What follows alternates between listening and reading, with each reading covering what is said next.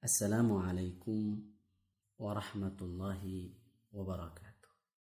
Alhamdulillah, wassalatu wassalamu ala rasulillah wa ala alihi wa ashabihi wa mawalah amma ba'du. Sahabat belajar Islam yang semoga dirahmati oleh Allah Rabbul Alamin, kita lanjutkan kajian kitab Thalathatul Usul.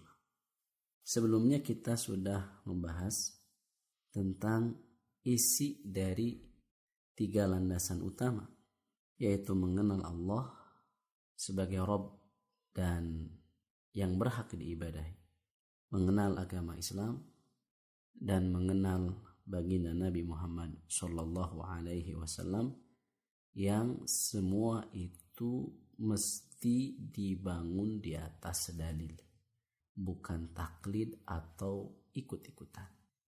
Selanjutnya, penulis membahas secara rinci mulai dari landasan yang pertama, yaitu ma'rifatullah atau mengenal Allah. Di halaman 11, landasan pertama, mengenal Allah. Siapakah Rabbmu? Penulis rahimahullah berkata, "Fa'idha qila laka man rabbuka faqul rabbi Allah alladhi rabbani wa rabba jami'al alamin bi ni'amihi wa huwa ma'budi laysa li ma'budun siwahu."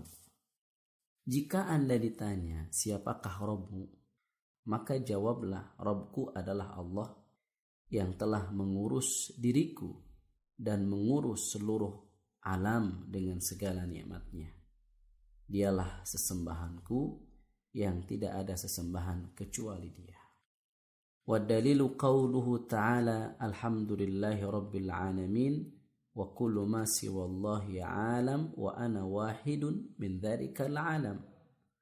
Dalilnya adalah firman Allah Ta'ala yang artinya segala puji hanya milik Allah, Rabb sekalian alam. Segala sesuatu selain Allah adalah alam, dan aku adalah salah satu dari alam tersebut. Baik, ada beberapa faidah dari perkataan penulis di atas. Yang pertama, penulis berkata, Rabbi Allahu alladhi rabbani wa rabba jami'al alamin bini'amihi. Rabbku adalah Allah yang telah mengurusku dan mengurus seluruh alam dengan segala nikmatnya.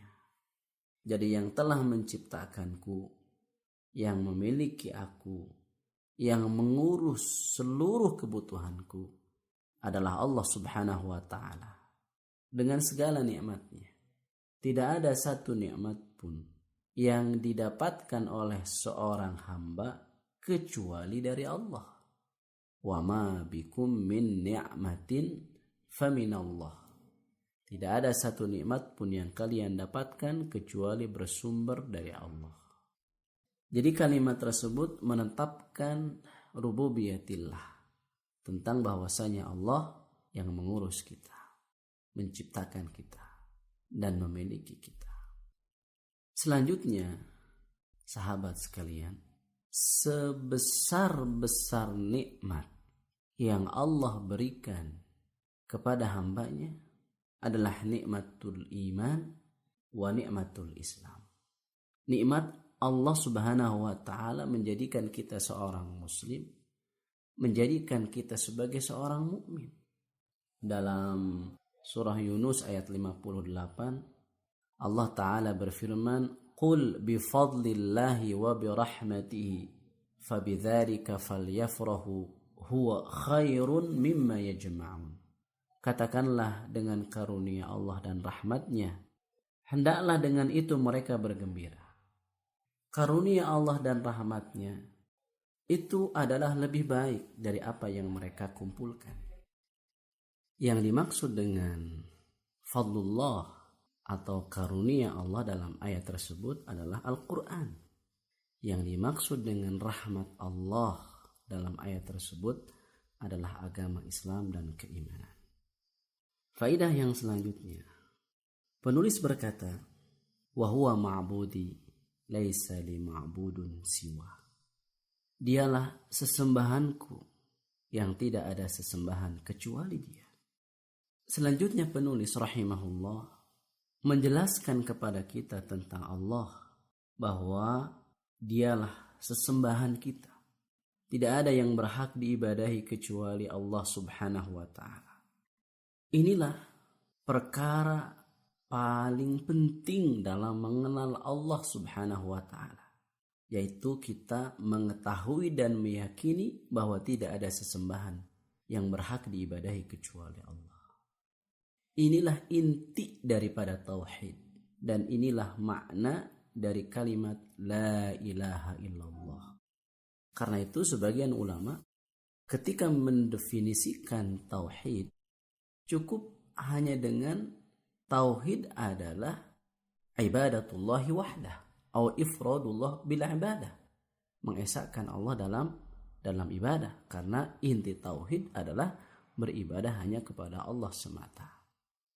Kemudian ketika penulis mengatakan Rabbku yang menciptakanku adalah Allah dan hanya dia yang berhak diibadahi, ini memberikan faedah penting bahwa keyakinan seseorang bahwa Allah sebagai pencipta yang memberikan rizki, yang mengaturnya dan seterusnya, semestinya itu menjadikan seseorang untuk tunduk patuh kepada Allah dengan meyakini bahwa hanya Allah yang berhak diibadahi. Selanjutnya penulis membawakan dalil tentang bahwasanya Rabb itu adalah Allah. Di antara darinya adalah surah Al-Fatihah. Allah subhanahu wa ta'ala berfirman, Alhamdulillahi rabbil alamin, segala puji hanya milik Allah, Rabb sekalian alam. Kemudian beliau mengatakan, wa kullu ma siwallah alam, segala sesuatu selain Allah adalah alam.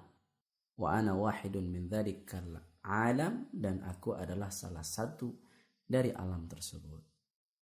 Sahabat sekalian, itulah beberapa faedah dari apa yang disampaikan oleh penulis.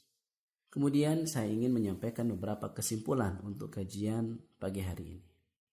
Kita mengenal Allah bahwa Allah adalah Rabb yang menciptakan, yang mengatur dan memiliki alam semesta, termasuk kita.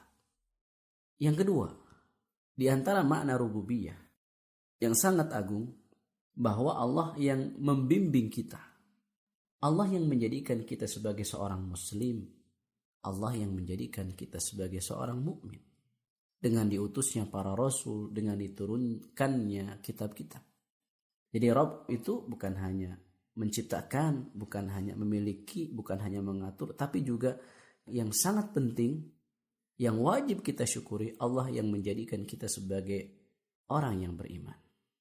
Bahkan itulah sebesar-besar nikmat yang Allah berikan kepada hambanya. Kesimpulan yang ketiga, inti daripada tauhid adalah mengesahkan Allah subhanahu wa ta'ala dalam ibadah. Kemudian yang keempat, kesimpulan yang keempat, bahwa di antara metode pengajaran yang melekat dalam ingatan peserta didik adalah metode tanya jawab.